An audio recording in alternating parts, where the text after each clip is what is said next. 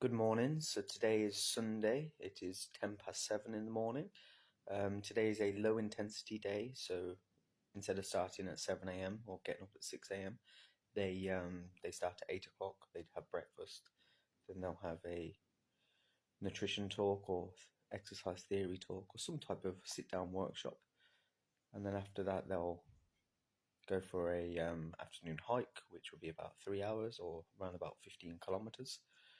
And then they'll get back around about 1 o'clock, and then we'll have lunch, then we'll have a low impact session for about an hour, and then after that we'll have another snack around about 3:30, and then we will do a cool down stretch session at the end.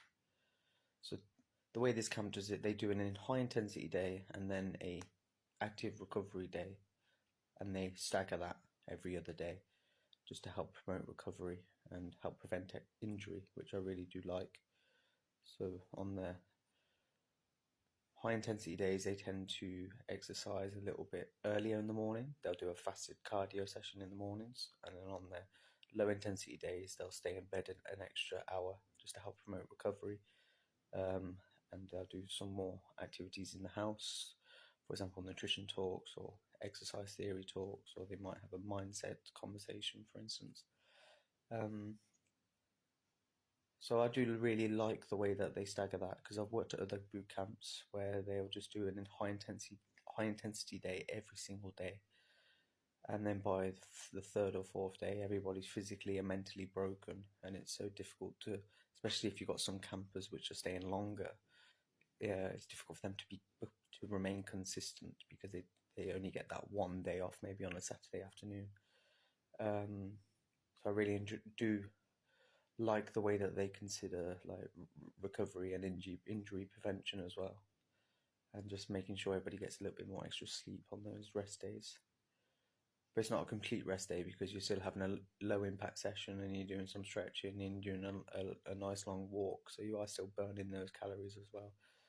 So you'll still see some results, and you do get better results if you do rest and everything like that as well. Because if you get an injury, then you won't be able to work so hard on your active days, which is good. But yeah, that's it for now. I ended up waking up a little bit early because I didn't realise that the time scale was different for today.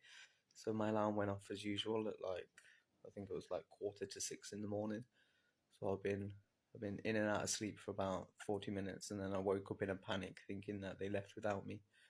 So, but yeah, they're not going to be having a wake-up call for another 30 minutes. So I'm just going to sit here and drink my lemon and ginger herbal tea, and then we'll have breakfast at 8 o'clock, which is, I believe it's scrambled eggs, mushrooms, tomatoes, and a little bit of bacon.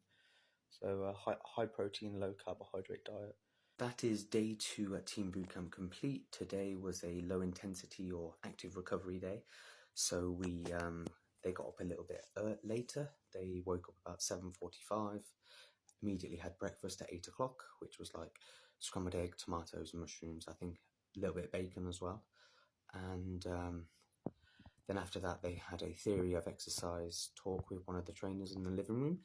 They just went through how to be sustainable of your results after you leave the camp, because they were saying how the boot camp's quite drastic. You're doing a lot of exercise over a short period of time. You've got quite a calorie restricted diet or low carbohydrate, high protein, primal diet. But it's really important to notice that they don't count calories here. It's just all about portion control and making sure that people are getting the appropriate amount of macronutrients on the plate. But they were saying that approximately, give or take, is about 1,400 calories per day. And so that would equate to about each main meal, breakfast, lunch and dinner being about 400 calories. And then there's 2 snacks in a day, so they're about 100 calories each. So then that would bring that up to approximately 1,400 calories per day. Obviously, the men get a little bit more protein than the women based on their needs, but generally about 1,400 calories a day.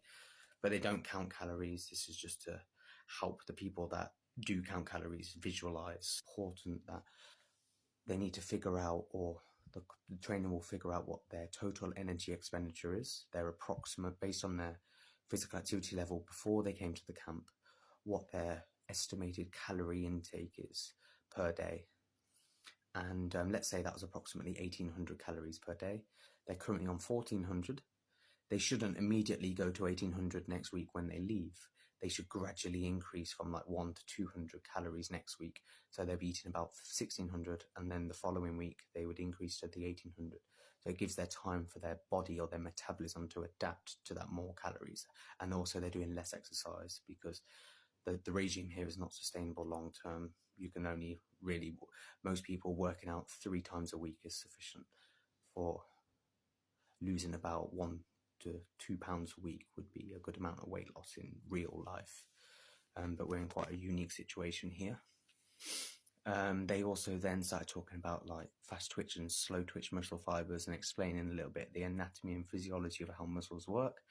And they also talked about a little bit psychology, behavior, eating behaviors, how to use certain tools like SMART goals to make sure that you can set certain goals which are realistic and achievable over a long period of time, and how you can set small little goals or milestones to help promote with motivation as well.